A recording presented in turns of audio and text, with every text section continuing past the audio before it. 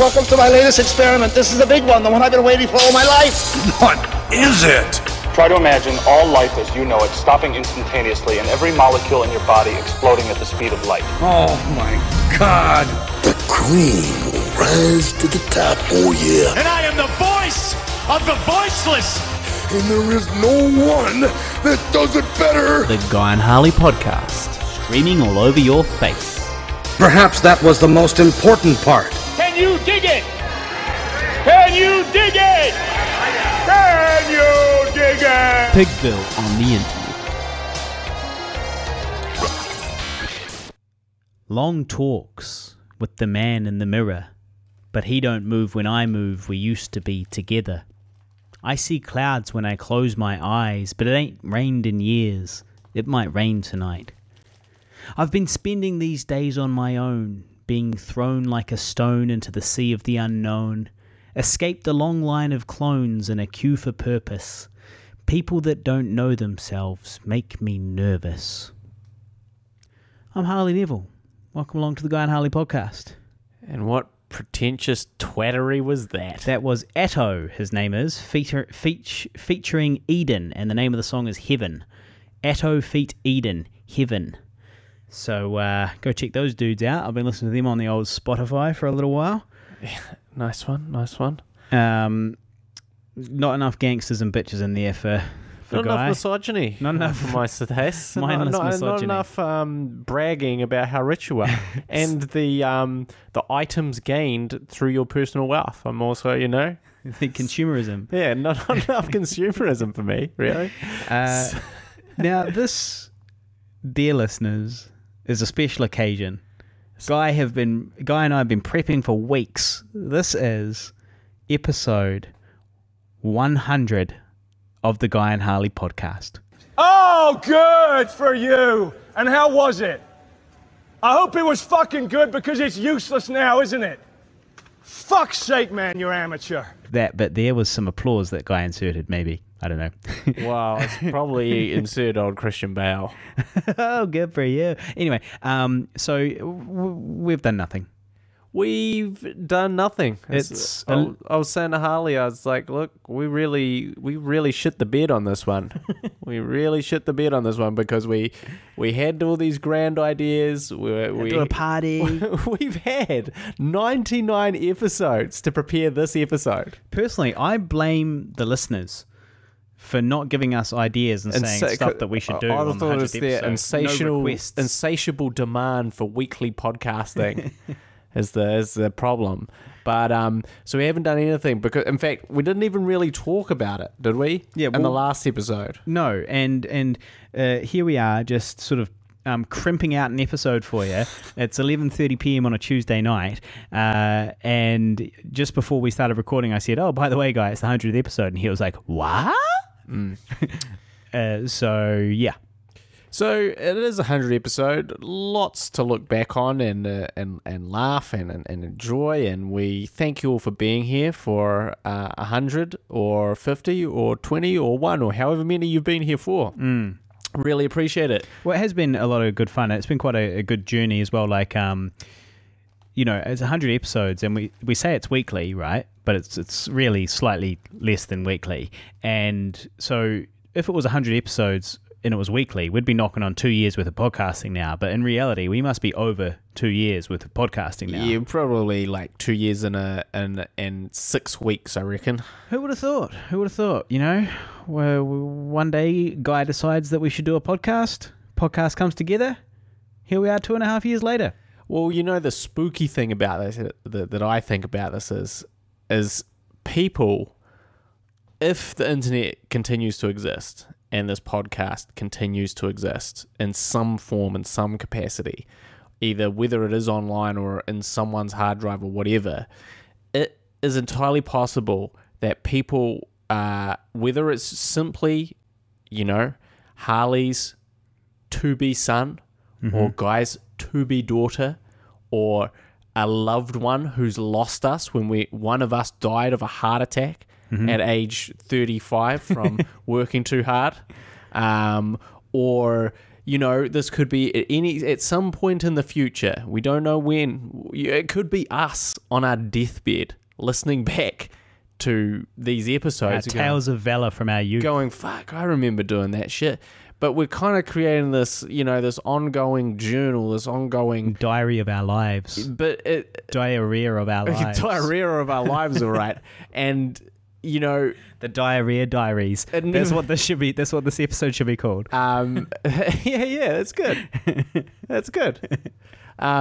So it's never, you never really know, like, who's listening to this right now. Obviously it's you and I right now. It's the podcast listeners currently. The Filthy 50, the Hardy Hundy. But who is listening to this in the future? Well, to my unborn son, I say, I'm sorry. Sorry for all the stuff I've been saying about all these other women that I met before your mum. Yeah, it's a How I Met Your Mother situation, isn't it? Yeah.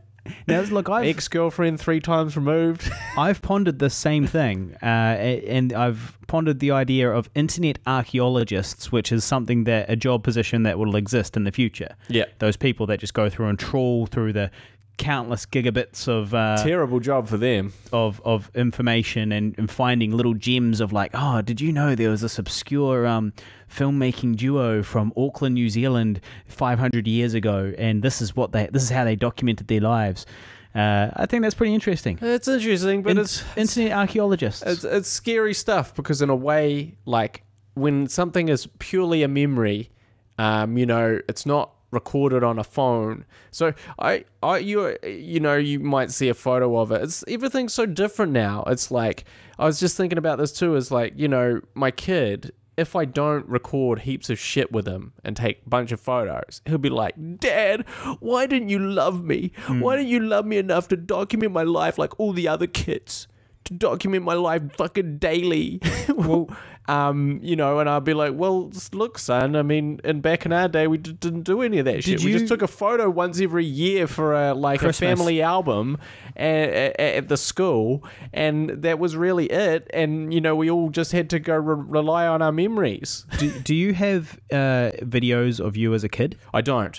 And I did think that was interesting. I was like, there's going to be no time in the future from now until the Trumpocalypse that people aren't going to see themselves digitally, visually, like when you have a kid, at some point, whether this kid cares or not, you go, hey, look, son, this is you when you're a baby. Yeah. Look at you, shitting your pants there. Yeah. Well, I plan on using my child to get internet traffic through, viral meme videos and, all that type of thing. But he'll go, well, he won't be impressed because... Yeah, I'll like half shave him or something. It's like everyone will have this, but, no one had this back in our day. There was some people did. Some I rich was too people, poor. There's no some videos rich of me. people got videoed. Some people that had like a camera, but even that was kind of more rare than it was common because video cameras back then were expensive, and also these VCR tapes and stuff, they degrade. A lot of that stuff will be completely lost. So we're just living in this time where like your life doesn't start when you start doing something significant. It literally starts from the snap of your parents' iPhone, so people will they'll have a very effective ability to reflect on their lives, once they get to an age where they feel like they can't remember whatever it was. Which is quite interesting. Would also be quite embarrassing and difficult as well. Like, well, that's what I'm saying. When we're 60, we're going to look back on this and go, shut up. Can you imagine that hilarious story, that of like me not being able to get it up, and I walked in and they're like, hey, what's going on, Guy? And I was like, I couldn't handle the jandle. Are you referring to... the story that we told on this podcast? You have to recap, though. Well, the story I told on this podcast where, I was scheduled to perhaps lose my virginity. Age 28. Age 16. And so I was hooking up with this girl. I was on the trampoline. We were outside. It was getting cold. Things got too cold. Keen for a bounce. Tried to get the condom on. Condom was just, Just killing the boner. It's just strangulating it. Yeah, erectile asphyxiation. Erectile asphyxiation. The condom was making me suffer from erectile asphyxiation. And so, they should really teach you how to put those fucking things on, right? Well, they do at school. They sort of do. They have to get way more hands-on. They do. They have to give you a hand job and wait till your penis is erect, and then they have to put it on your penis. They're your teachers we're talking about. Yeah. Have to slowly roll it onto your penis. Got to show you the right way to put it on. That's the only way. That's the only way for all of us. Thank you, Mr. Randall. Yeah, thank you for that, Mr. Smeaton. I appreciate that. And so that's what they have to do to ensure that we can all put on condoms, because this is something that has plagued our adult life forever. We never figured it out. But anyway, so I came back in and everyone was like, what's going on? And I was like, well, I couldn't handle the jandal. They're like, what? You literally uttered that sentence. I couldn't handle the jandal. I could not handle the jandal. It's a Kiwiism for you. And anyway, obviously everyone was kind of like, I don't know, shocked. Shocked that you would admit it. Shocked silence. Well, it was like, there was the thing. I was like, look. Like, there's no hiding this. Well, that's the thing. It was like. Best to come at it head on. I could have bullshitted right then and there. And I'm sure, the girl that I was with, lovely girl, Sophie, she probably would have even played along out of sympathy for me. But at the end of the day, she would have told one of her mates the true story. And her mate would have told one of her other mates. And this would have gone round in this vicious game of Chinese whispers through the school, and it escalated until he literally has no penis. Until one day I'm bragging about how I had sex that thing, and then someone you wouldn't be bragging though. Well, would you? You'd be keeping a low profile too. You'd probably be keeping a low profile, but you're maintaining that you'd had sex, right? Yeah. And then someone goes, well, that's not what I heard. And then, of course, the blood drains from the face, directly to the boner. You get this. You get a fear boner. You get this sick feeling in the pit of your stomach, and you're like, oh, well, what did you hear? And it's like, well, I heard that you couldn't get it up. And anyway, after this happened, by the way, dear listeners, it became a thing to when you see Guy to go, can't get it up, no. Well, no, that's an exaggeration. It's an exaggeration, Harley. It never happened. What happened? Well, no, it didn't ever happen to my face. People would do that behind my back. Yeah.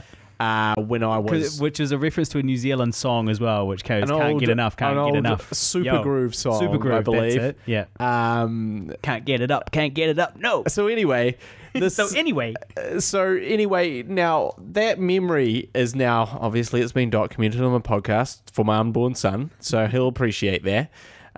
Sorry about that. Charles. Call my son Charles? I don't know. I'm just guessing now.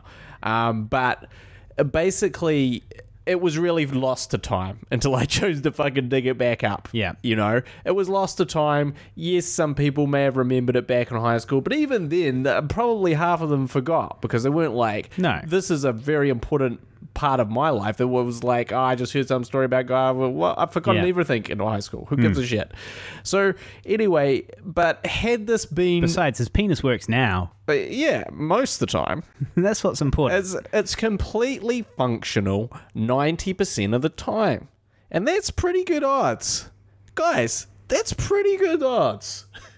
No, guys, that's pretty good odds. 1 in 10 women that Guy sleep with are very angry. And that's probably true. That's probably an approximate ratio there. That's correct. When things don't go right. Yeah. When things really don't go right. And so anyway, had we been living in this era and I was a kid in this era, I 100% guarantee that probably someone was recording us coming in on their phone for the reaction video. We know what you've been all doing out there. Yeah. Come back in for the reaction video. Here we go. Oh, I couldn't handle the channel. Where does that video go? All over fucking Facebook. Yeah. Or just simply photos of like, look at his face, and like just people taking photos of like, and then memes of my face, and So it's a tough time for kids. It is. It's a tough time. It's a tough time for viral bullying. But we're just going to have to quickly pause because I'm going to put this bag of frozen peas that I have on my elbow away, I think. Okay. Because it's starting to leak. All right. And then when you come back, you'll explain why you've got a bag of frozen peas on your elbow. Okay. So we're back. The bag of frozen peas was for a bruise on my arm, which I got when I was pro wrestling training. And I was trying to come up with a new move, or not exactly a modification of a move to make it more grandiose. And I was trying to do what's known as the bionic elbow, which is basically when you hit someone in the head with an elbow. But I was kind of trying to make it like a leaping bionic elbow where you sort of sprung from across the ring to make it look bigger and more and sort of, harder hit, a bigger impact, So anyway, I was practicing and I did a bionic elbow right into this metal bit above the padding where I was aiming for, and got a big bruise there. But nothing broken, no harm done. But just to go back to our 100th podcast, maybe we should just state this now for all our listeners. If you have a favorite Guy and Harley podcast moment, a favorite conversation, a favorite episode, a favorite topic that we talked about, if you can list it for us, if you can list it in the comments, if you can tell us about it and break it down where it was, we may be able to take some of those highlights and put together at in a future podcast episode, which we will then dub the celebratory episode. Yeah. So if you've got some good ideas, because we would like to do that, we would like to do a bit of a recap. It has been 100 episodes. I'm sure some people have had their favorites and for whatever reason. So why did you like whatever this conversation was? Which episode was it? We'll talk about it on the podcast and play a little bit of it. Be a fun game. And we just simply don't have time to trawl through 150 hours of us talking and finding highlights. Just to find highlights. Jesus Christ. So if you guys could let us know sort of any bits that really stand out to you, that does really help. You. Yeah, absolutely. Anything that just really stood out to you, whether you just thought it was something funny, something compelling, something deep and insightful. Probably won't be many of those, but you never know. Just shout out, let us know, and then we'll go back, we'll listen to it, and then we'll talk about it, and maybe we'll put it on the podcast. All right, so now look, down to business. I did some intel, right? As we mentioned last week, we got rejected for Emmy the Vegan funding. Right? Now we worked our asses off alongside Emmy. Yes, Emmy. Yes, Emmy. Yes, Emmy. You did a lot of work. Okay. You're instrumental in Emmy the Vegan. You're an integral part of Emmy the Vegan. You're the creator. Yeah. You are responsible for a large chunk of it. Thank you very much. Get off her ass, Emmy. So, Emmy the Vegan. We spent a lot of time and effort on it, and it turned out great. It is very good. I'm really proud of it, and I did a bit of intel though. We found out recently that we did not make it through to the shortlist to get funding. So first round we got cut out, kind of thing. We did not make. When they chop out all the shit stuff, fatty bullshit. Yeah. We were the fatty bullshit. We were the fatty bullshit. Now, see, I was under the impression that it was like everybody submits and then they narrow it down to like 2 or 6 or something like that finalists, which then get voted on publicly. But I've done some intel. I can't reveal my sources, but I've done a bit of intel and found out that it's been reduced down to a top 30. From 160 to a top 30. Now, Emmy the Vegan evidently was not in the top 30. 30? That's outrageous. I sincerely feel like that's just not quite right, because the production values alone, I feel, would qualify it for the top 30, because it's a very, very polished piece of work. Well, yeah, I mean, and it's quirky, it's interesting, it's unique, it's got a sort of I really feel like it's got its own flavor, and so just this idea that it wouldn't even make the top 30. I don't know, man. Come on, man. I don't know about that. And, you know, it's normally I accept these things pretty easily. Normally I'm like, whereas I don't. Guy doesn't at all. So Guy's I hadn't terrible accepted it when it was like there was when top he thought it was 6. down to the top 2. I was like, from this 160. I was like, This is fucking bullshit, man. This is fucking ridiculous. This fucking conspiracy theory, fucking ridiculous lies, fucking propaganda, fucking conspiracy to hold down Pigville in the industry, man. That's Little Jimmy is the name of that character that guy just dropped into there. Little Jimmy, right? I think it's either Little Jimmy or Little Johnny. One of the two. Yeah. That's an old character from our high school days. From Fucking Snickers bars and fucking peanuts in a fucking turd. Who shits in the sink? Basically, incredibly obscure reference to our point. Well, also, what is this character? Is a guy with a high pitched voice, and he has a cap on upside down, and I stand on my knees to imply that I'm a little. That was our series. We released a video on VHS, a literal video called "Chaos and Milk Boys Revenge," which was very popular amongst our friends. But there was only like one copy, or maybe two. It was very popular amongst the friends that we forced to watch it. No, they loved stood over them, and they quoted it. So anyway, always the pessimist. Within that, there was a character called Little Johnny who was meant to be a student at Logan Park High School at the time, who had uncovered a giant human turd in the sink at the in the men's toilet. So he had just gone to wash his hands. I'm trying to fucking wash my hands. There's a fucking turd in the sink. Well, what the fuck, man? Yeah, and what we did, this became part of Logan Park lore and legend, apparently, after we left. Also, oh man, this story is not good. Well, okay, so I'm not proud of this one. I am. I'm not proud of this. This is a classic.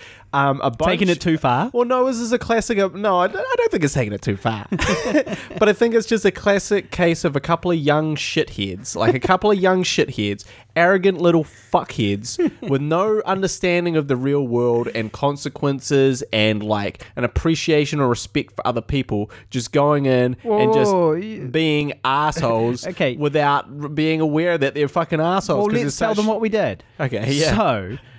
So what we were filming Chaos and Milk Boys Revenge, and we were really inspired by our hate for our home city of Dunedin at the time, and it was it was just an obnoxious little. Dunedin's great, and for our high school, maybe more specifically. Well, no, because the way it came about was there was a show called Chaos and Milk Boys Sellout Tour of Dunedin, which we made, and we didn't make it through to this competition. So we we were cheated out of it. So we made it a petty revenge video called Chaos and Milk Boys Revenge, and like the idea behind Chaos and Milk Boys Sellout Tour of Dunedin was that it showed Dunedin in a positive light and could be used as sort of a tourism thing. And we made it. And it didn't. We felt like we had been cheated out of the prize because the other people that won were crap. But also, did we actually? Because I've actually forgot. You forgot about Chaos and Milk Boys Sellouts tour. Yeah, kind of. I don't really remember that. But didn't we actually just take? In my recollection, weren't we just taking the piss out of Dunedin in our one? No. In our real one, we did it. Reasonably we did it truly. Properly. Yeah, we went to Baldwin Street. We still had our jokes and stuff, but it was like not deliberately trying to take the piss out. So anyway, that didn't work. We felt like we'd been cheated on local television, and so we decided to make our own new one called Chaos and Milk Boys Revenge. And part of it was just taking the piss out of our school constantly, which we had actually just finished. And so anyway, we. Part of it was this Little Johnny skit where he finds a shit in the sink. And so what we did was at my house, as an 18-year-old who doesn't even go to the school anymore, I took a shit into an ice cream container. Yep. And I didn't have a lid for it, so I had to just glad wrap the top of it. Imagine that. And I did it at home. That's the thing. So I did it at home, and then we got into Guy's car with a fucking steaming turd in an ice cream container with glad wrap over the top. And all this condensation. What the hell is this glad wrap going to do? Well, it's better than nothing, mate. Better than nothing, but fucking hell. And so all this condensation started building up on the underside of the glad wrap. Condensation. Yeah, poo condensation from that steaming hot turd as you and I drove in your car back to our old school. And then we snuck in and went into the toilet, put it in the sink, and quickly filmed the sketch of Little Johnny uncovering. Of me, of you and me investigating Little Johnny's claim. Oh, right. And going in and finding it, and we were like, "Yep, there it is. There's a turd." And then we were like, "Fuck, we better get the fuck out of here before we get caught." And so we left, and we just left this shit in the sink at our old school. Could have easily just got rid of it. Yeah. And put it in the toilet, which is right there. No, but we thought it would be funny. But apparently, people found it, and it became a bit of a thing at Logan Park. So someone found it, and they found this thing of who's the sink shitter? Who's the sink shitter? Who shit in the sink? We probably ruined somebody's life because some kid would have got assigned the sink shitter, and then for the rest of his high school career, he was the sink shitter. Sorry about that, mate. And people also may accuse other people just in passing, it's the shit, it's the sink shitter. It's the shit. You can't say it. Sink shitter. It's the sink shitter. Ooh, what are you gonna do, mate? You're gonna go? You're so gross. Why don't you go shit in another sink? Yep. You fucking filthy cunt. And of course, that poor guy was just like, look, I have bad hygiene, and now this has been associated with me, but I didn't do it. I didn't do it. I just can't afford deodorant, and I'm a growing boy, and I didn't really understand what BO means. I didn't do this. 13 Reasons Why. We are the initiators of 13 Reasons Why, the Logan Park High School version. So anyway, but I always just now look back on it as who had to clean up that shit? Yeah, the fucking janitor. Yeah, poor old janitor. Poor fucking son of a bitch comes in and has to clean a human shit out of the sink because a couple of kids we weren't kids. We were legally adults and we didn't even go to school anymore. Who thought it would be funny to fucking drop a fucking turd in there and then just leave it for someone. Now, to be fair, we were mere months out of finishing school. By the way. Mere months. Mere months from out of finishing school. But we did do that, and I feel bad for that janitor. And if he hasn't died of cancer from the poo, from the cigarettes, he used to smoke a lot of cigarettes. I don't remember. So anyway, Little Johnny. The reason why you were in Little Johnny mode was because you were complaining about him, the vegan. Yeah. To get back on track. So, good recap. So now we're all up to date. Now we understand the Little Johnny. Maybe I could do Little Johnny from time to time now. Yeah. It's all good stuff. All right. What else we got? Well, so I acted, big opportunity for me. I mentioned that I acted in a zombie short film, and that was really cool. But one thing I didn't get to last week was that I also acted 2 days for the guys from Pigville Dirt League, who are doing Epic NPC Man, which is my personal favourite of their series. But they've got another one called Bored, which is my one, which is Guy's favourite. And they've got a few different ones. Having suffered in the retail trade before, I sympathise. So Bored is about about working in a electronics store. Yeah, electronics store, and the jokes and stuff that come with that. And Epic NPC Man is about a non-playable character in a RPG or a massive multiplayer online RPG. MMO RPG. Who has become self-aware and is aware of the madness that's happening around him, and it's just lots of sort of gaming jokes, and I think I really love it. But they're doing a new series called Wrecked, and it's they're filming presently, and I was lucky enough to get 2 days. And the funny thing about it is that they actually beat us out about a year ago for funding. So Wrecked is being made in place of the Guy and Harley show. No, it was actually in place of Happy-ish. Was it though? I think so. I don't think so. I think they got it before that for when we submitted the Guy and Harley show. No, I'm pretty sure you're wrong. This was around the same time as the 48-hour film festival last year, and that's about when we did the Happy-ish one. And so they beat us out. So we put in a lot of work on this massive application for Happy-ish, and along come the Pigville Dirt League dudes and beat us out for that one. And put us in the fucking dirt. Yeah, exactly. Put us right in the fucking dirt. Buried us. And so, but, on the upside, I did eventually get a role out of it. Well, if you can't beat them, join them. Exactly. And do 2 days on their show. Exactly. And so I've done 2 days, which was cool. Two night shoots. And it went well. It seemed pretty funny. And so the great thing about it is that, assuming I don't get cut, I am in the opening scene of the opening episode of season 1 of Wrecked, their brand new series. Well, see, if I were you, wouldn't really be announcing that. Why? Because this is the classic actor thing. And that it gets cut. Announce a whole thing that you're going to be there. Well, yeah, but it's just for the Filthy 50 and the Hardy Hundy. Like, these guys are on board. They get it. And otherwise, we've got nothing to fucking talk about. Well, we've got heaps to talk about. Heaps. You have literally no topics today, Guy. Well, shut up. I've remembered a couple of topics. But yeah, so I acted in that, which was great for me because I've been jonesing for a while to act in some of their stuff, and so it's great that I finally got that opportunity. And there may or may not be another day coming up as well. I was actually meant to film for them today, and then I kind of didn't hear anything, so maybe I'm fired. I don't know. Cool. Well, I should actually just briefly mention something quite serious. My sister has had a baby. My bad.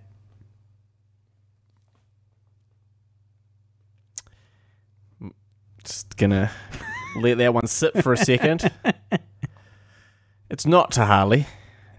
She would be greatly offended at that suggestion. She is married and has been in a happy relationship for, I'm pretty sure, 8 years. Oh, he's a little sensitive about this one. A little sensitive when it comes to the family jokes. But anyway, well, she's probably going to listen to this at some point and be like, oh, fuck's sake. Fucking Harley. For fuck's sake. Can't even hear a nice thing from her brother without Harley just chiming shitting all over it. Okay, so go like ahead. A dumb joke. Go ahead and tell the Hardy Hundy. So anyway, my sister about your sister's baby has had a baby. Jack Charles Dennison is his name. And there were actually some complications. Was a pretty tricky labor and all that sort of thing. But he's happy. He's healthy. And apparently is a pretty good baby so far. In terms of not crying. Does his chores. And yeah, exactly. Does his chores when he's told. But so I just want to shout out to my sister and say, Abby, I love you. I'm an uncle now. I'm not ready. I'm afraid. And life's happening too fast, but I'm very happy for you. I think you'll be a great mum. And, I guess I'm going to have to occasionally buy presents for the little shithead. It's just one of those things. Yeah, I didn't really think about that. Now you're an uncle. Yeah, I'm an uncle. You're a role model now for a younger family member. I was just saying, let that sink in. I am an uncle. Yeah, and it's your youngest sister that had a baby. Yeah, who is not she's 6 years younger than me, so she's 27 going on 28. I think she turns 28 in December. So she's not even she's not a young 20-year-old having a kid and it's like, oh, out of the blue, got pregnant, had a baby. It's like, no, planned this, thought about this, studied for a long time before doing this, and you are 6 years older than that and nowhere near that stage. Well, that's good. Keep it that way, mate, because baby's the dream killer. So if you want to become a successful filmmaker, babies is not the way. Eminem managed to pull it off, having a baby before being successful, but it's a tough gig. It's pretty tricky. I wouldn't recommend it. So the epilogue for Older, that's the new scene that we shot recently. Yep. We shot a scene a little while ago for Older as part of the pickups that we did at around the time of the funeral scene-ish, around the Emmy the Vegan time. And went smooth shoot. We talked about it on the podcast. Shooting with a baby?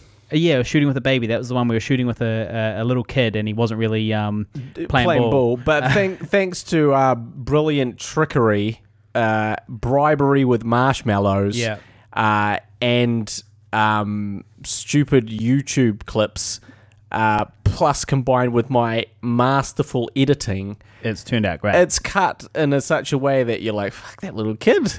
He's great. Actor. Yeah. Bloody great. And it's turned out great, and it's sincerely some of my best acting ever. Some of your best work. It's some of my best work. It's a great scene. I'm very excited about it. And what you said to me is this scene makes up for I said this scene redeems all the shit acting you done in the rest of the film. Yeah. Which was all of the rest of your scenes. Yeah. Which was all your scenes, because this wasn't even a scene. This Yeah. was an extra thing that had been added. Yeah. Basically, the implication is that you'd done a shitty job For the rest of the film. For the rest of the film. Yeah. Well, look, I'll tell you about that. I'll tell you about that. Please do. Okay, so here's the thing. When we shot Older, I was in a performing slump. This was before I started poetry, and so I was like really just relying on getting roles every now and then through either my agent or through Pigville stuff, and we weren't shooting enough, and so before Older, we hadn't shot anything for quite a while. It's certainly nothing major, and so I hadn't really done any decent acting for a long time. And then on top of that, I was super busy with the producing side of things. So it wasn't like, oh, I've got a role coming up in a couple of weeks, and I'm going to spend all my time, concentrating on and getting it right. It was more like, fuck, we're filming all this shit, and I've got to organize this thing and that thing, and the blah blah blah. And so I didn't really spend enough time at all getting my performances right. And so that was part of the problem. And then, but I still think it was passable. I mean, one of the scenes is in my show reel, but then passable as in you should pass on hiring me. Well, the funny thing is when you rewatch that scene, one of your notes for the latest edit, where you're like, can we, you're like, the note, it was kind of a weird, funny note, but you're like, can we like shorten all my bits to like make them seem like more powerful? Yeah. Like, can we kind of cut these things? I did suggest a bunch of cuts, and no, but the bit that I said about being more powerful was I was like, is there any way we can digitally crop this, zoom in order to make it a closer shot in order to create more power in my performance? Can we do that? But yeah, so anyway, that was part of the problem. Was I was busy with the producing and I hadn't acted in much stuff. And then the other thing was I hadn't done any acting training courses. I've done a couple since that performance as well, which were helpful. And I've also just acted in a lot more stuff. And so this is the constant bane of the low budget actor, is that you shoot something and then 3 to 4 years later when it comes out, you're like, that acting no longer represents me. I'm a way better actor now. I've done way more stuff. I've got much more experience, and I can see all the things I'm doing wrong in that earlier stuff. However, now the film is out, or now the film's coming out, and I've got to put my full weight behind it and support it. The same thing happened with Zombie Holocaust. I really liked my performance in Zombie Holocaust, but 5 years after shooting it, when it finally came out, I was like, well, would I still do it that way now? And I was like, not necessarily. Things will probably actually be a little bit different if I were to reshoot it now, and arguably better, or probably better. And so yeah, that's all I really meant by that. And so now this epilogue scene, though, is me at full power. It's me at my, it's current. It's like a couple of months old, Yeah. It's current. I've implemented all those lessons I've learned. After you've been in the acting hyperbaric chamber. Yeah, you got it. As per Dragon Ball Z. Yeah. Training, you've reached a new power level. I have. And so that's what we're currently seeing. Me, I can't really notice the difference. Personally, I don't really see a big difference. Well, the other thing, of course, is that everybody, but I guess in particular actors, you're always more critical of yourself. You're going to analyze your stuff and be like, oh, that seemed a bit weak. Yeah. And I mean, the feedback that I've gotten on your stuff is not like, oh, fuck, what the fuck is Harley doing? It's all been pretty positive. Well, that's good. That's what you want. So don't think there's too much to worry about there, but we'll let the listeners judge when they see Older in about a year, hopefully. But yeah, well, acting is a tough gig. It's tough to stay in practice. I felt out of practice when we were doing the latest round of acting, because I'd really prepared for the last, for the actual film. I'd really prepared. I'd rehearsed. I'd done, read-throughs. I'd, acted opposite people. Would done all the complicated, like, how are we going to do these sex scenes? Where am I going to put my hand? Where am I going to put my penis? Yeah, where is that going to be? And how am I going to maneuver you? And all that stuff, which was great, which was really important and really helpful. And really impotent. See what you did there. Harley's dad joke number one for the podcast, in case you are keeping score. That's probably the first one. There was a couple of jokes earlier that were borderline dad jokes. Borderline, but I feel like that is full-on classic vintage Harley Devil right there. So anyway, so for me, I was like, fuck, I have to throw... And also, like, you know, it's like, I'm in the mindset of this character at this time, you know. Now, you know, it's 3 years later. I'm not in that mindset anymore. My mindset's fucking a way different place, you know. You know, in the same way that you talk about, like, you know, your acting, well, my whole perspective is different. So I'm sort of not... It's harder to fit yourself back into that shoe that was very comfortable at the time, but maybe not so much anymore. But I think it's all good stuff. I mean, I also think that despite what it seemed like at the time, you know, a baby is a great prop. A baby is a baby. And when you got a baby, you're going to react to the baby. Yeah. Baby's going to do things. You're going to talk to the baby. The baby's going to be doing stuff, and that's going to help you because you're acting a guy with a baby, and you got one. Yeah. So that's pretty handy. It's a crutch. It's a prop. It's an acting prop. Like some people have a pipe or a cane, or they walk in with a book to a scene, or they pick up an apple and take a bite out of it. Yours was a cute little baby who looks like Jareth. I think his name is, or is it Ben? But the little kid from Labyrinth. The Labyrinth. Also, Jeremy Housen did correct us of the other day about Taxi Driver. We didn't actually mention that, but I think it's probably worth mentioning that I joked about taking an underage girl to watch, an underage prostitute to watch porn with me, like in Taxi Driver. Yeah. Now, Robert De Niro did not do that in Taxi Driver. He took his potential girlfriend to watch porn. The underage prostitute he met up with later and never took her to watch porn. Right. He just went and shot up her pimp. You know, that was really, you know, and did maybe have a weird attraction to her, or at least there was something going on there where he felt he needed to help her. And I don't know that the reasons that he felt that were entirely non-sexual. Platonic. Exactly. So thank you, Jeremy, for that correction. That's about the third thing I've fucked up recently, movie-wise. The movie guru's getting called out every fucking day. Moody's getting rusty. Yeah, it's embarrassing. But it's probably because I fucking watch way fucking less movies and do way less of that because I'm so fucking busy. But anyway, moving on. Moving on, not upset. So we had a rap party for the zombie film that I was in recently, which... It doesn't really have a title at the moment. It's got a working title, so it doesn't really have a title. But let's just call it the zombie movie. That's not our zombie movie. Bad Day at Black Rock. Yeah, all right, that works. And so we had a rap party for it, which was cool. And I saw some of the footage from the shoot. It just rough, no grade, no nothing, just shots, just kind of cut together, and a few bloopers and little outtakes and bits and pieces. And it looked exceptional. It looked really good. It really gave me very high hopes for the film. I know I had high hopes and high expectations anyway, but it gave you a little zombie chubby. It did. When I saw that, I was like, wow, this is gonna be cool. You know, this is gonna look great. They have some great, great, beautiful location. We were filming out in this farm out in the Waitakere? Waitakeries. Yeah, Waitakeries.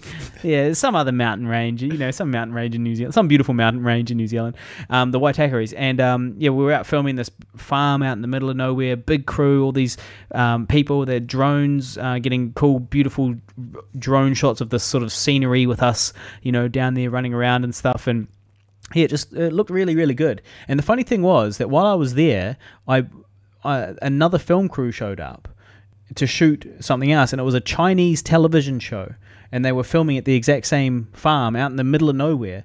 And so I schmoozed some guy that I met in the toilet, who I still don't know actually what he literally might have been the bus driver. And I gave him my card, and I was like, well, look, if you need any local actors, I'm your guy. He has the nibs. That's me. That's me. It's Pally. And so I gave him my card. Haven't heard anything yet, but you know, you never know. And that, by the way, guys, is my new card, the one of Guy and I naked. I've been handing that out to quite a lot of people. I've handed that card out a lot. How much response have you got on It's that? great. People love it because when I first started handing it out, I was a bit like, oh no, like I was like, because we're going to paint the picture for the people if they haven't seen the images yet. It's Guy and I absolutely naked, just using an I Survived a Zombie Holocaust DVD. Here's two ugly nude men. Hairy as Hairy, fuck. ugly nude men. Please accept this card with two hairy, ugly nude men on it. And we're actually completely naked, and we're just using a DVD of I Survived a Zombie Holocaust to cover our genitals. And that's it. And then on the back, it's got my contact information. And so I got them printed kind of on a whim. I was like, well, that's a funny idea for a card, and why not? And I was like, sure, I'll have to hand it to people. Apart but from the that'll be millions fine. of reasons. Why not? But then, and then so I got them printed, and I was like, fuck, I've got 250 of these now. That's 250 people I need to look in the eye and hand this to. Yeah. And I was like, well, was this a good idea or not, Harley? And so I started taking them with me to film sets and to other bits and pieces that I've been attending lately. And at first I was a bit awkward, a little bit unsure, but I've had a really positive response from like everybody. And in fact, I gave the card to a wardrobe lady on the zombie film, and she was like, oh, haha, laughing, and she put it in her pocket. And then later on, I was actually acting. I was in a take, and I saw her. She just assumed I didn't notice her, but I saw her, she pulled it out and had like a big, long, like close look at it while she thought I wasn't looking at her. So yeah, it got her attention at least. Overall though, it's been very positive. People laugh and they go, fuck, well, I'm always going to remember you. And that's kind of the point, right? She was really studying your hair. Yeah, your hairy body. Maybe she was studying you. I don't think so. And so I think I mentioned it last week. I was quite drunk last week, but I have come up with an idea for my next merchandising thing. Is we're going to sell these, $10 each, cheap postage. Sign them, send them out as a little thing, just a little bonus thing. And I reckon some people out there will actually buy them. And the thing is, it's $65 for 200 or 250 cards. And so I only need to sell 6.5 cards, and I got the money back. Yeah, I think you said that last time. Well, I did. I remember now. And I said I'll spray every fifth one with perfume, and you suggested I rub it on my balls. And so, yeah, but anyway, that is going to be happening soon. So that one's for the beer lovers. The beer lovers out there will probably be the ones buying that. Cool. I got hit on again by a beer lover online the other day, and now I'm starting to understand how women feel when, like, these idiots, these, like, just dumb guys, like, send them messages, like, first they pop up with, hey. Don't you get sick of the hey and the hi from the stranger on Facebook? And it's like, for fuck's sake. Unless they're hot. Well, yeah, but even then, if they're hot, you just like, if they're hot and they pop up saying hey and nothing else, well, for a start, that's practically never happened to me. But if it did, I'd assume they were spam. For starters, that's never happened. That's a fictional scenario that would never happen in real life. But if it did happen, I would assume they were spam of some description, because they normally are. Yeah. No, but like... Wait, sorry, I just have to go and cut up my credit card. And so these, they show up like, hey, and it's like, okay, firstly, that's already a peeve, right? It's like, what the fuck? What the fuck? Like, why are you just saying, hey, what? Now I've got to take the effort to go, hey, how are you? You know, like, no, I'm not going to reply with how are you? Like, you know, if you want to contact and have a chat, that's fine, but open with something like, hi, I saw your movie and I just wanted to say it was great and blah, blah, blah. Or, hi, this, that, the other thing. Here's a photo of my penis. And here's an unsolicited what do you think? Penis picture. What do you think about it? But no, they don't do that. They just say, hey. And, you know, I've heard like women complaining about this type of thing before, and now I'm starting to experience it. And so this guy the other day was like, oh, you're such a beautiful man kind of thing. But it was like, oh, well, I can't really like, I'm not going to say, what do you say? I just say like, thank you, right? You go, cool. Well, thank you. I appreciate that, because I do want to encourage, you know, the beer lovers to continue following me. And I absolutely adore having a beer following. I think it's hilarious and awesome and great. And they're very supportive and been on my Facebook for like years and years and years. So this guy added me and sent me a message. I wasn't going to be like rude to him or anything. But then he's like, hey, and you know, something, you're a beautiful man, you know, haha, you know, hope that's okay. And I was like, yeah, it's totally fine, man. You know, I love having my beer following, although I myself am not gay. And he was like, haha, that's cool, no worries. And then he was like, so you're really hairy, eh? And I was like, no response. And and then he was like, "Is it like annoying or anything like that? Like, did you like shoulder hair like annoying in any way?" And again, no response, because I was like, "Well, for fuck's sake, I'm not here to have a chat about my fucking shoulder hair." We're clearly getting into some fetish territory as he's whacking at the computer, and he wants you to say, "Oh yeah, so coarse," and rubbing up against a t-shirt. And he's like, "Yeah, how coarse is it? Is it what against the cotton? Does it make a noise?" Well, that is, I think, what he was gunning for. Yeah. And then so I didn't reply, and then he got back to me again, like, he's like, "Hey, did you see my questions?" And you go, "Did you see my questions? Because I literally had to stop masturbating because you didn't respond, and I'd really like to continue masturbating right now. So could you please answer them so I can keep masturbating?" And then he sort of tried to change the topic. Well, not change the topic, but say something else, and then come back again to the hairy thing. And I just left him. I left him on scene, obviously, at that point. Left that mother trucker on scene. Exactly. But speaking of hair and stuff, you should have played him this clip. I don't like sand. It's coarse and rough and irritating, and it gets everywhere. Not like here. Here everything is soft and smooth.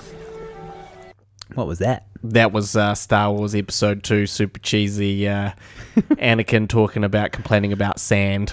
Oh, okay. I hate the sand. Anyway. Yeah, well, so anyway, basically, I've realized now that this guy was... I don't understand what he thought was going to happen. Why did he think that I'd want to talk to him about my hairy body? And it occurred to me that this is effectively the equivalent of walking up to a woman or messaging a woman and saying, "Hey, so you've got like really big tits.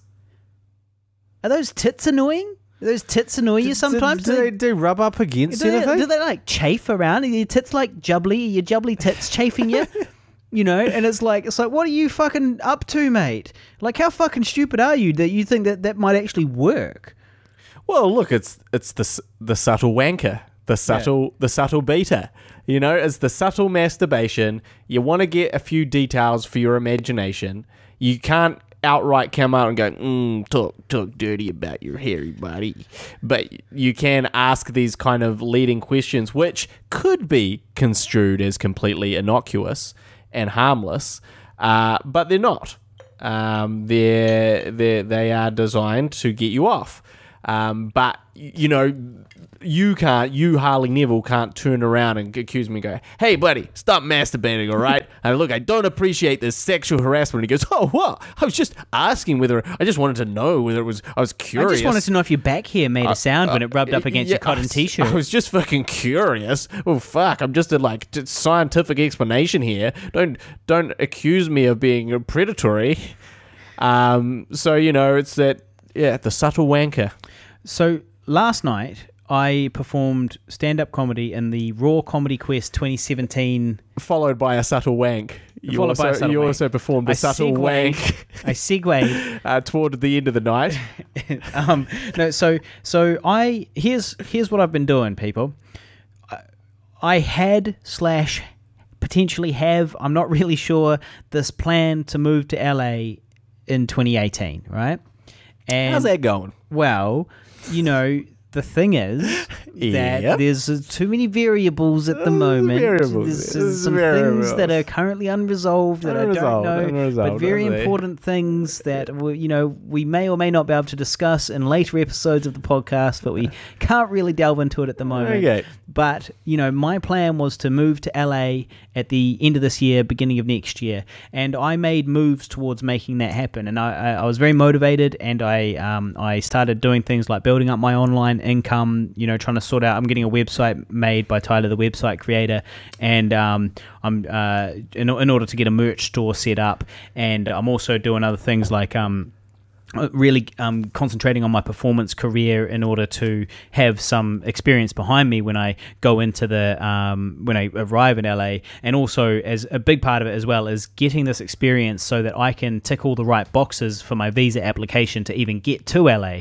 because I'm applying for this visa called the O1 Alien of Extraordinary Talent visa or extraordinary ability visa, and you've got to tick all these boxes and show that you're this alien of extraordinary talent from outside of America that should be allowed to work there. And that's how a lot of foreign actors work in America, and it's expensive and it's time consuming and all that, but I was working very hard towards it with the intention of being there at the end of the year. And so when I first really kicked this plan full into sort of what am I trying to say? Full into gear, that'll do. So when I really kicked it off, it was like at the end of 2016. And so I realized that I need more credits. I need more accolades to put on my application. So I said, all right, what I'm going to do is I've got the Raw Comedy Quest coming up next year, 2017 Raw Comedy Quest. So I need to qualify for that by performing once in 2016. So I did that. Then when the Comedy Quest started, I performed in my in the opening heat, and I did really well. That was the one that was the best performance of my life. And then that got me into the semi-finals, and the semi-final was last night. And the idea was just to get to the semi-final so that I've got this thing to put on my visa application. So I'm happy because I achieved that. But the performance was last night. It went really well. I was the opening act, which is really tough. It's not the slot you want at all. But I went out and I feel like I set the bar pretty high, and it went really well. And so I found out today, though, sadly, that I did not make the finals. What's fucking new? What's fucking new around here? What's new? What's fucking new around here? So you found out that you didn't get it. Yeah. For fuck's sake. And it was 27. So there was 27 semi-finalists, and the word I heard was they were knocking it down to 7 finalists. But no, it was 11. So they knocked it from 27 to 11, and that's where I got cut. Between that 27 to 11. You were the blubbery fat. I was. That got cut again. The blubbery fat that got cut. So look. Pigville is the blubbery fat that gets cut from everything. First thing we'll do, though, is we're going to play you my comedy right now so you can check it out. Raw Comedy Quest semi-finalist, Mr. Harley Never!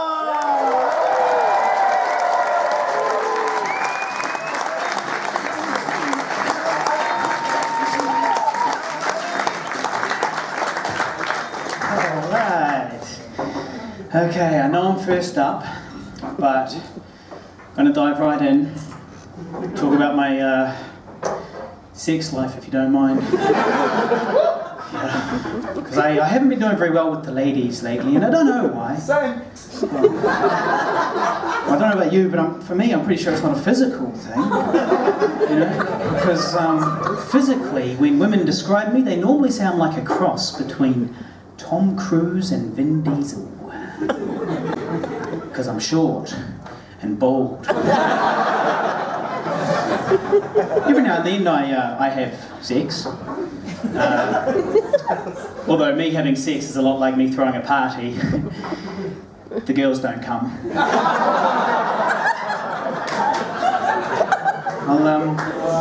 I'll tell you about the last time I had sex, though, right? I actually met this girl here at the Classic, and we really hit it off, and so I got her back to Mum's place, and I knew things were getting serious because my Star Wars duvet got flung right across the room. So at that point, I reached for the condom. Because they're STIs, guys. Not Pokemon, we're not trying to catch them all. Besides, I've pretty much already got all the good ones, so it's all downhill from here for me. So anyway, I'm reaching for the condom, and she stops me and she says, Harry, before we get straight into the sex, do you think we could have a little bit of foreplay? The greedy bitch. I don't have enough to worry about here. I'm trying to maintain an erection. She's talking about foreplay. Do you have any idea how much pornography I've seen? I'm 34 years old. If I'm not asked to mouthing twins on a pirate ship, I pretty much can't get it up. She's talking about foreplay. We have a very limited window of opportunity here. I suggest you make hay while the sun is shining. You know what she said to me next? She said, could I please rub her clitoris? Do I look like a gynecologist? Fuck's a clitoris. So anyway, we finally got into the sex, and she was bent over in front of me like this. And I was standing behind her holding her ass like this. And she started talking dirty to me. And I liked that. She was using her sex voice. Everyone's got a sex voice, right? It's kind of like your normal voice, except for lower and slower. Well, she was using her sex voice. She goes, "You like that pussy?" And I'm all, "Yeah." "You like that dirty pussy?" "Well, I'd prefer it if you'd cleaned it, actually."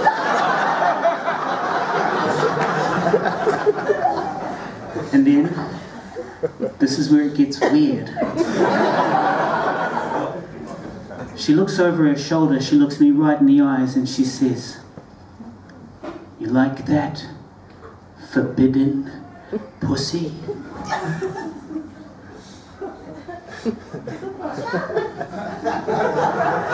Forbidden pussy? Well, why is it forbidden? Is it like the Forbidden City in China? Thousands of men have entered, only eunuchs come out? The forbidden pussy? Is this Indiana Jones and the Temple of Poo'd?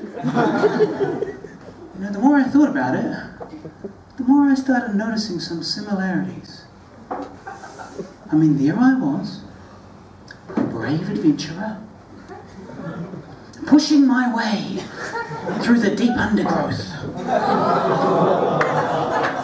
There was bugs everywhere. And at least one snake.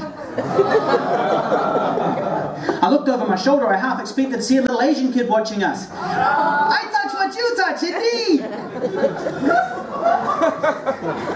But no, she was the only short round in the room. So the next day, I woke up and I realised that one-night stands are a lot like eating KFC. You want it so bad beforehand, but then afterwards you're just sitting there, staring at this greasy box that you've eaten.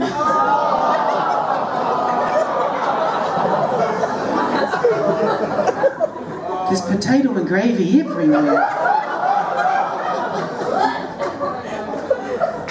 And now you're starting to think about your health. I'm Harley Neville, thank you very much. So that's how that went down. Pretty good, I thought. Let's apologise in retrospect for anyone that's already heard that. Now, Guy is upset because we, many moons ago on some prior episode, we played a previous performance of my comedy, which was different to that one. It was the same story, but refined less, and a worse performance. And for some reason, Guy thinks the Hardy Hundy and the Filthy 50 would be upset about that. But I know that you guys... got long memories. I know that you guys don't mind hearing that performance twice. I don't want this shit on repeat. That's not on repeat. Fuck, I tell you what's on repeat. Us talking about being old. Shit like that. That's on repeat. Well, it's because we are old. Right. So that went down. Now, look, I don't actually contest the decision, and in fact, I completely understand it. One of the judges has seen me perform that same set a number of times in the same bar over the last 4 years or so. Because I've only and by this stage, they were giving you a sarcastic click of the fingers. No, that's poetry. And so the thing is that I actually got into the 2014 Raw Comedy Quest semifinals with the exact, well, not the exact same, but with the same routine. Shtick. With the same routine. I've only got one routine, guys, and I wrote it 10 years ago. And so you want to talk about like a non-evolution and you know, being different to... You wrote this fucking 10 years ago. I wrote it 10 years ago, and I've just refined it and tweaked it and stuff, but essentially, you know, the story outline is much the same.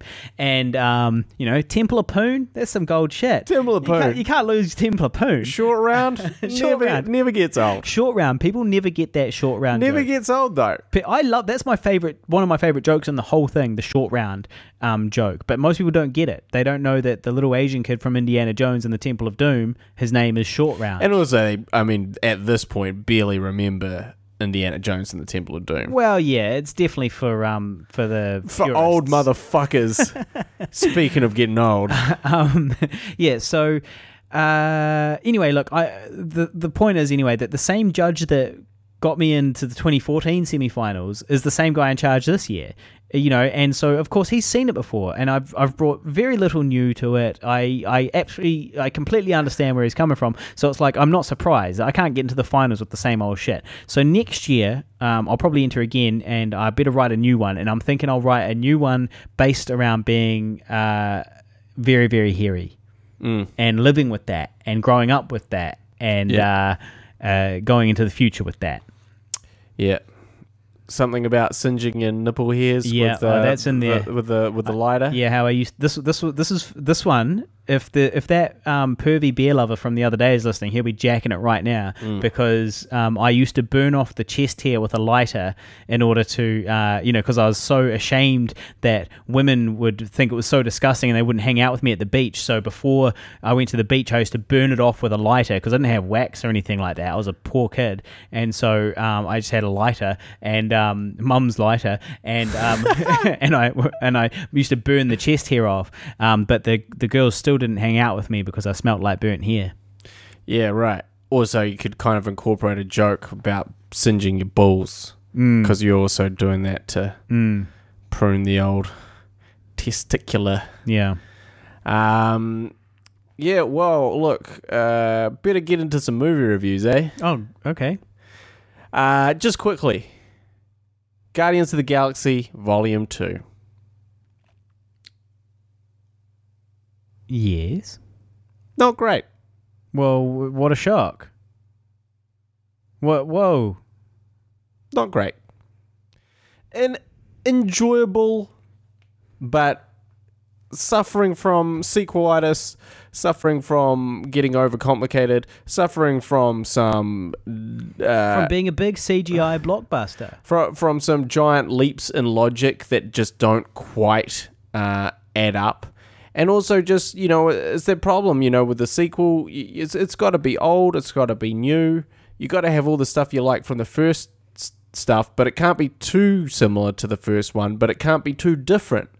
You're really fucking yourself up unless, there's a thin thread of perfection that a sequel can attain in something like Terminator 2, where it does actually hit all those things, or Mad Max 2, or even something like Aliens, where, it's similar, but it's different enough, and it takes it in a different, compelling, interesting direction. Also, isn't it ironic that two of the best sequels are done by the same guy? Jimmy C, James Cameron. But, it's just it's a sweet spot that people just really struggle to hit, and they just didn't quite get it. It's pretty enjoyable, but I would say, second review, Get Out. I'm talking to you, Harley, but also that's the name of the film. That's a movie about coming out of the closet. No, that's a movie about a interracial couple, which I know a little bit about from all the interracial porn I watch. And also my girlfriend. But basically the concept is that he goes to meet the parents. He's a black man, she's white, and it's in this kind of middle of nowhere, but these are very sophisticated people who are sort of inadvertently racist. They think they're very progressive, but actually by being so progressive, you see the hints of the fact that they're actually racist, and then things get crazier and crazier, and it's kind of a thriller horror. It's been a huge hit in America. It's fucking awesome. Great film. Probably one of the best films that I've seen this year, for sure. Absolutely tippy top. I think you'd really enjoy it. And it's also one of those refreshing. Yes, it's a horror film. It's now going to be one of the highest grossing films ever in relation to budget. So I think the budget was about 1.3 million, and as of me talking about it, it's grossed about 160 million. Do the fucking math on that shit, man. And the profit, but it's just but it's great to see also because it's like kind of a clever horror / thriller, a little bit different, a little bit interesting, that everyone's responded to and actually gone to the theatre for. Because too often we're discussing films that are really good that no one gives a fuck about and wants to watch because they're going to see Guardians of the Galaxy Volume 2. So it's great to see that you can find that audience and capture them from time to time. Like, they're still there, they're still floating out there in the ether. Just gotta hook them with the right thing. So those are my 2 reviews. So just going to help everyone out there. Save your money with Guardians Volume 2. Forget about Baby Groot and move on to Get Out. I'll be watching Alien Covenant. Yes, I will be too. Yep. And I'll also be watching John Wick 2, which is just about to come out, which I'm very much looking... Oh, in fact, it's already out here. It just came out. We only had to wait 4 months or something from when it was released in America. But I did the right thing. I did not give in to piracy, and I'll be go seeing it at the cinema. Now, one thing I forgot to mention about the stand-up comedy... we're onto this again. ...was that I wanted to record the audio separately. While I was wanting to film it and record the audio separately. So I went up to the techie beforehand, and I had already done some prep work and found out his name and stuff. And I was like, "Hi, mate, it's me, Harley." And I was like, "I was wondering if I could just ask a favor. Do you think you could hook this up to my Zoom recorder up to an output so that I can get the audio straight from the mic?" And he was like, "Yeah, man, that should be fine, right?" And then so we started fucking around with it, and he was like, "Oh, it doesn't seem to be working. We can't quite get that right." And then boom. He the speakers something happened with the speakers. Made this big old noise. Yeah. And this is 10 minutes before the doors were opening. And then suddenly he had lost the mic feed. And he had done something. I don't know what he did. So our Zoom recorder had exploded his setup. Yeah. Something had happened. I don't know if he put it in the wrong place or I don't know wrong hole or whatever. I don't know. But it was a big thing, and he went into full panic mode, running around, and I was just ooh, I hope they don't blame me for this, I hope they don't associate me with this at all, because, they weren't yes, Harley, absolutely, film, go hard. They were kind of because I did contact them before, and I said, can I film it and record it and stuff, and they were like, well, yeah, all right, kind of thing, but they weren't yeah, definitely. They were yeah, well, a bit lukewarm on it. Yeah, that's pretty invasive and profiting off us, no. Well, filming my own set, and I'm not making any money off it. No, but I mean, for their live comedy shiz. Yeah, well, either way, it was a big disaster, and they had to all running around. There was all this panic and stuff going on because something wasn't working 10 minutes before the doors opened. Because some a-hole wanted to record. It was all my fucking fault. Some narcissistic a-hole wanted to record his set specially. It's not narcissistic, mate. That's the business we're in. We're in the business of creating content. And narcissism. So we are creating content for the internet. Also in the business of narcissism. If you guys want to see the video of the clip you heard before, I am posting that at some point online. So facebook.com/Guy and Harley. I'll post it there. Yeah. So I also better give a quick shout out to Blair Martin, who I saw tonight. He's a long-time listener, and apparently he's going to become a Patreon supporter. Oh, Blair, appreciate it, buddy. So and thanks for he was the one that filmed. He filmed Not Wanking. Not Wanking, our comedic gold, timeless classic, Not Wanking. Available on YouTube. If you go to YouTube and search Pigville Not Wanking, you will find it. That was shot by Blair. So well done, Blair. Thank you for that. Really appreciate your time. Yeah. Now, I watched something that I was going to tell you about. Good. 13 Reasons. I watched the first episode of that. Mm-hmm. Didn't really capture me. 13 Reasons. You only needed one excuse to give up on it. Well, it was fine, but it was man, I didn't have time for this shit. And then Westworld. I watched the whole season of Westworld. I ain't time for this shit. I watched the whole season of Westworld as well. That was passable. Fucking passable. It was a bloody masterpiece. It was all right. It was all right. Fucking masterpiece. It was just a bit boring. It's the best fucking science fiction. It was good. The amount of sweet nudity in that. Yeah. I mean, it was bloody brilliant, But wasn't it? There already- was something for everyone. There was penises in there too. Yeah. So don't think that we're being sexist. No, but I had a whole other tab open just full of penises. There was So I don't need to see it in my There was drama. There was penises. There was beautiful titties. You know, there was just there was something for everyone in that show. Yeah. Primarily penises or titties. I did like it, and I will watch the second season. Oh man, I can't wait. That's the last TV show that really grabbed me. I was like, I'm fully on board for this. Yeah. I am fully on board. I'm invested. I'm watching it every week when it comes out. Right. I can barely contain my erection. Right. Unlike the time 16 or 18 years ago when I couldn't.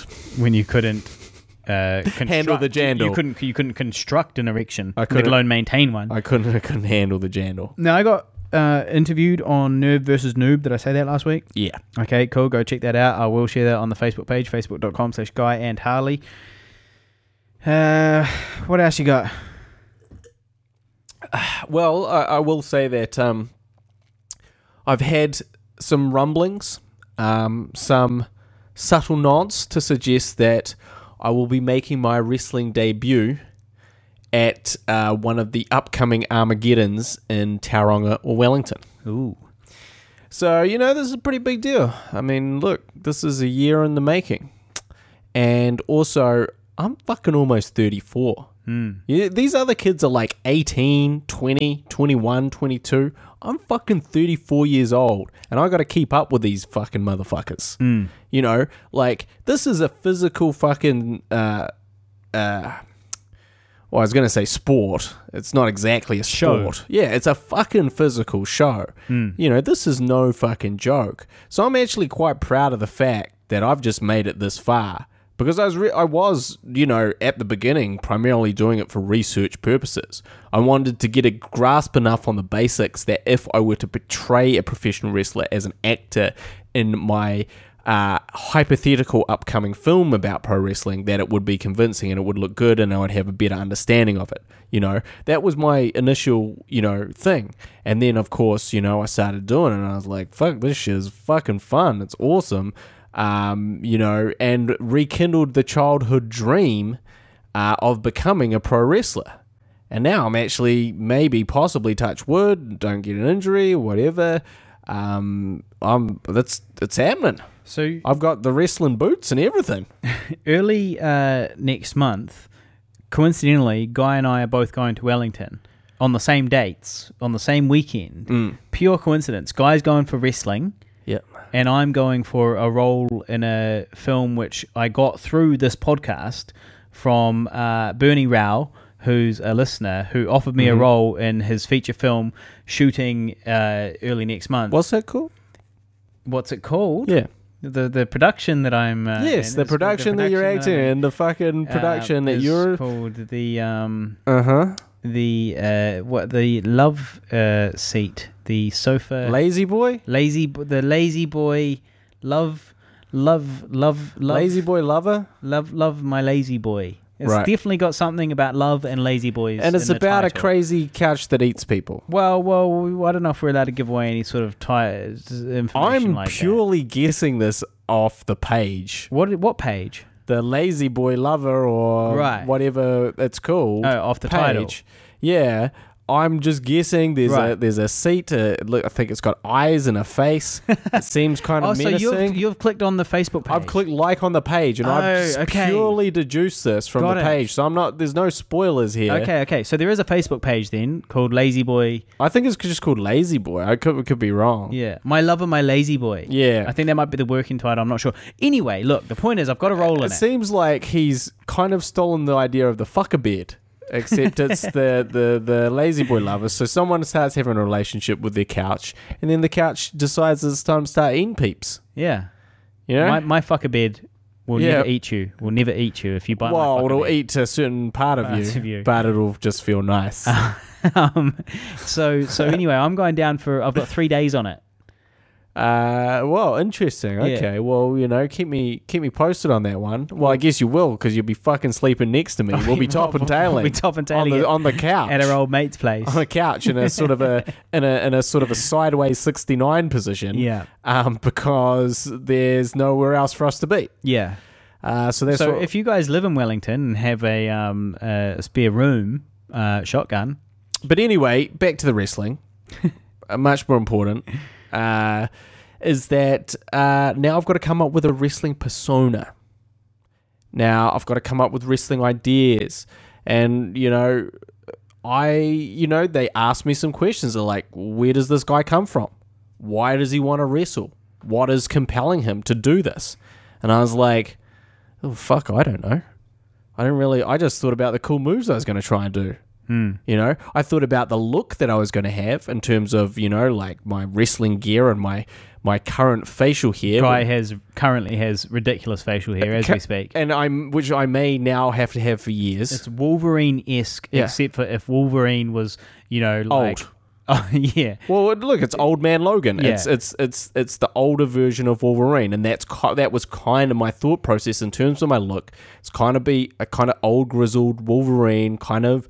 You know, this savage, Alex Savage, this beast, this animal. Alex Savage. This ruthless, aggressive, intimidator. But, you know, what's my story? What's my backstory? You know, where do I come from? What makes me this way? Well, I don't have all those answers, so I'm throwing it to the listeners. If you've got any ideas, I'm all ears. So, but his name is Alex Savage. Alex Savage. That's the name he settled on. And I look kind of like Wolverine. So just think about that, you know, and let's not be silly. Don't come to me He needs solid ideas, people. Yeah, don't come to me with suggestions like, oh, well, why don't you say that you're part of the X-Men? Oh, why don't you say that you come out of Professor X's school that you're just down the road at? No, you fucking idiots. Just give me something real here. I need something that, like, you could suggest, and it is somewhat believable, you know? Cage fighter, Alex Savage. Maybe after you vanquish... Street brawler, Alex Savage. Maybe after you vanquish people, you could say, yeah, well, now you're an X-Man.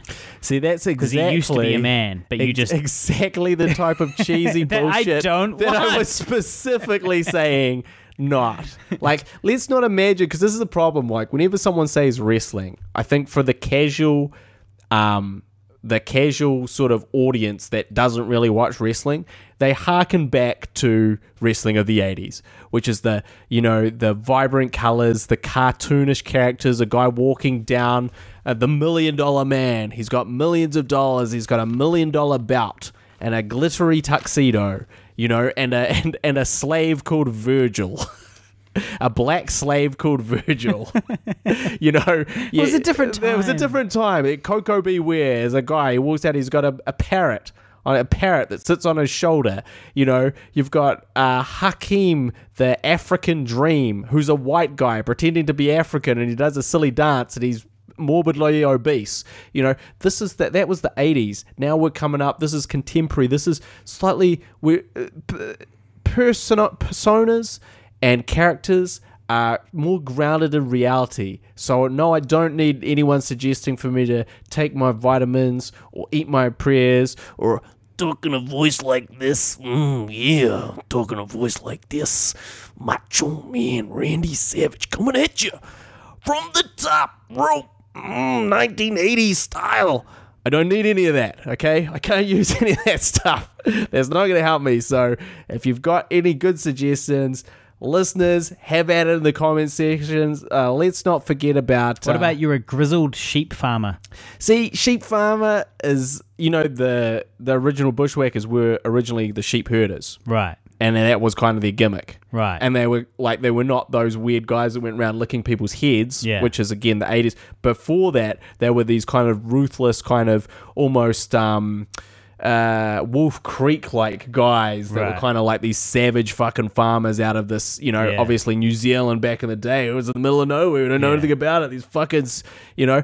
But again, we're looking for realism here. So for Harley to suggest that I be like Bushwhacker Luke is not very helpful. Well, I'm sorry, man. I'm just putting ideas out there. All right. Well, I appreciate that. Oh, jeez. But so if you've got any ideas, I'm all ears. And also, if you've got some podcast favorite moments, memories, share them with us, and we'll be sure to delve into them in an upcoming episode. Anything else before we get the Fizzuck out of his ear? Nah, we better wrap this up because I've got work in the morning. So it has been a pleasure to have you for the 100th episode of the podcast. Sorry we did absolutely nothing.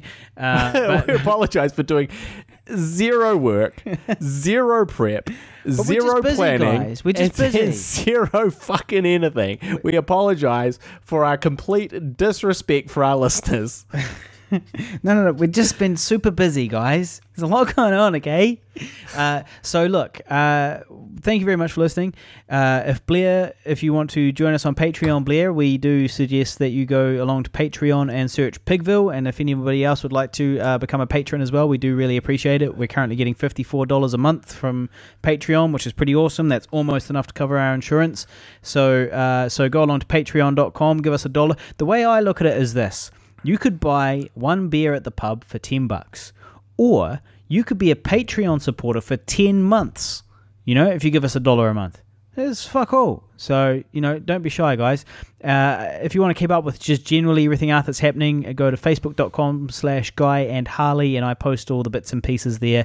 And if you want to see our videos, because we are first and foremost filmmakers before we're podcasters, you should go along to YouTube and search for Pigville Productions. You'll find us there, and we've got a channel, and you can just have a look. And I mean, we've got stuff from 10 years ago up there, so that's just for the hardcores, but we've also got some more recent stuff. And I do put this podcast up there as well, which reminds me, if it makes no difference to you and you're just putting it on and doing the housework or whatever, you should listen on YouTube, because we get paid for that, and we get paid, so we like getting paid. So so thank you very much for listening, and we will see you very soon. See you next time. You've been listening to the Guy and Harley Podcast, proudly brought to you by Pigville Productions. Laugh it up, fuzzball.